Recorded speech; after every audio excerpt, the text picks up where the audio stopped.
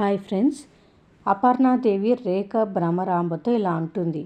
నేను రేపు ఎలాగో వరలక్ష్మి వ్రతం చేస్తున్నాను, నాతో పాటు మీరు చేయండి అంటుంది. అక్కడే కూర్చొని ఉన్న ఐసు ఇందు గురించి కూడా చెప్తుంది. కొత్తగా పెళ్ళైన వాళ్ళు ఈ వ్రతం చేయించుకోరా ఏంటి, ఇందు కూడా చెయ్యాలి కదా అని చెప్తూ ఉంటుంది.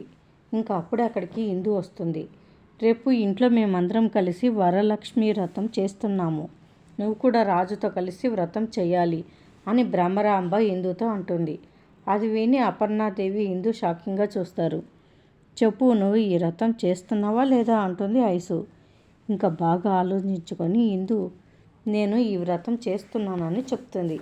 అది విని అపర్ణాదేవి ఇందు ఇలా అంటోంది ఏంటి అని చూస్తుంది. తర్వాత ఇందు అక్కడి నుంచి వెళ్ళిపోయినాక, ఇన్ని రోజులు వాళ్ళకి పెళ్ళి జరగలేదంటే ఎవరు నమ్మలేదు కదా, నేను చెప్పిందే నిజమని రేపే మీ అందరికీ తెలిసిపోతుంది, చూస్తూ ఉండండి అని చెప్తుంది ఐసు.